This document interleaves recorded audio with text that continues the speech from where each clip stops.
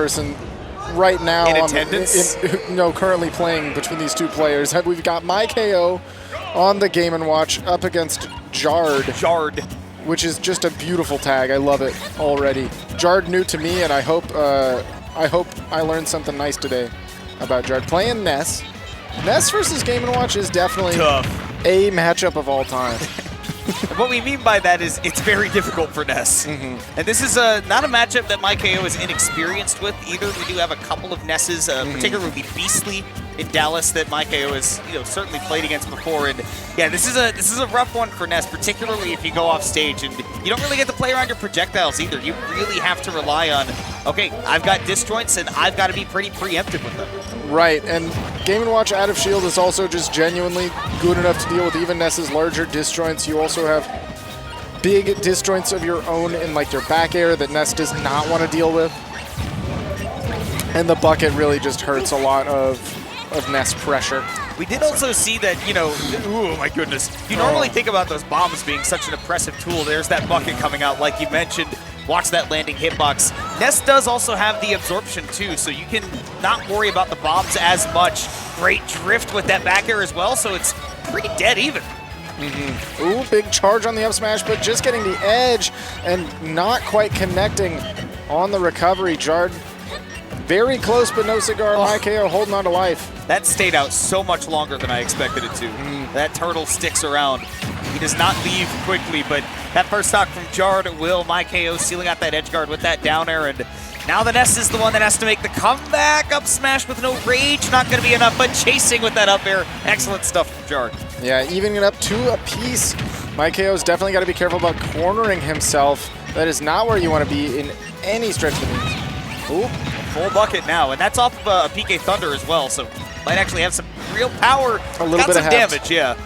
Yeah, I'll take that damage, and then immediately have gained access to the bucket. I think that was 2 whole. That's a full bucket.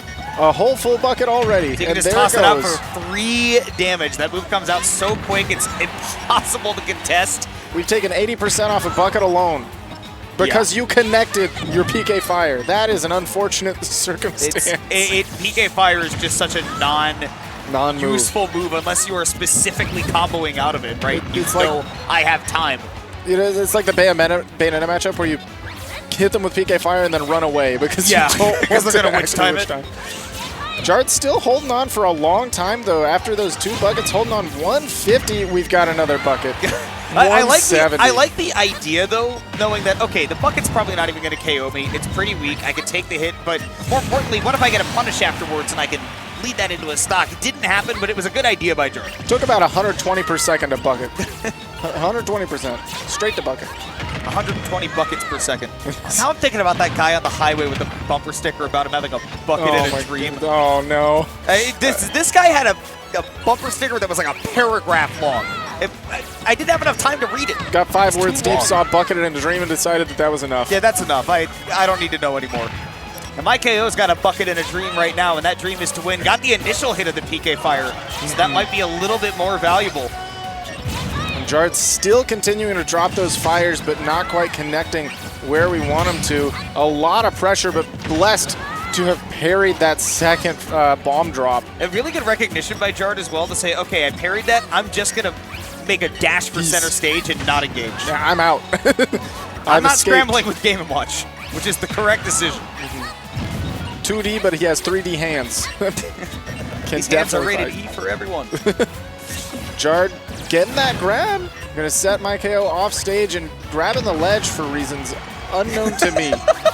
I'm not entirely positive why, but he did do it. He did do that. And didn't get entirely punished for it either. So hanging on, but MyKO with that dash attack, covering the ledge, taking that game 1. Kind of slowed down near the end. Both players kind of got a sense of how they wanted to play the neutral and weren't giving each other the big combo starters. But when it slows down that hard and you're behind by a pretty decent margin, it's generally going to go to the person in the lead. Yeah, those trades will always be in MyKO's favor at that point. And you're losing resources as time goes by because it becomes less and less applicable to say, I'll give you a bucket, it'll be okay. It won't be okay. It's not okay. You can't just add fuel to that fire. The only advantage that you normally get in some matchups where Game & Watch can bucket, say Samus, for example, is, okay, you bucketed my charge shots. Cool. Now I can spam charge shot, and there's nothing you can do about it. Yeah. And then you have to get rid of the bucket. And yeah, that's scary. You're almost giving them a free stock, but you don't really get the same thing with Ness. Right, exactly. And you can maybe try to fill the bucket with something smaller so that it's not quite a terrifying bucket. We're going to Smashville for Game 2, which is, you know, for Ness, normally this is an amazing stage, but again, you're talking about a character like Game & Watch who's just in the scrambles, which Smashville opens up so often. One of the best in the game, and quick air dodge to the blast zone and early SD. And that's unfortunate for Jard, who's trying to get some momentum to start this game too. Yeah, now starting off, PK Fire's probably off the table. You don't want to add to the bucket somehow. Already taken up to 60%, gonna be pushed off stage. Big dodge, okay, we make it back on. And then, you know, bailing out of that PK Thunder late, because it kind of goes on instinct, right? You go on auto, you go, okay, here comes the PK Thunder, and then you have to remember the bucket's there. Oh, no bucket coming out. Got caught way too deep with that PK Fire. Big opportunity for Jard, but again, grabbing the ledge, I feel like, is not what you want to be doing. You just gave MyKO a lot of opportunity to come back down uncontested. I don't think that normally it's like an active decision to grab the ledge either. Sometimes you just kind of mess up your movement, and that's the only safe place you can go. Maybe. And it's just sort of I messed up. Okay, I got to go to the ledge here. Love the up air to cover. No tech from MyKO. Does stay alive. Right into the up smash, but man, Game & Watch is up being so good. It's so good. I'm still reeling at that interaction and how that played out. A lot of damage. I'm pulsing at that interaction. That should not have happened. And there, that back air, another great edge guard from MyKO. Things coming apart at the seams after that SD for Jard.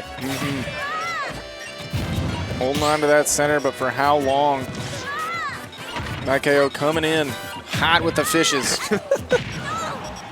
It is a Petco in here at this point. You just walk over to the fish tanks, and there he is. And that's probably going to do it.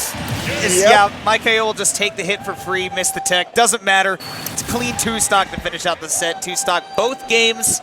It's the Game & Watch moving on. MyKO clean over Jard.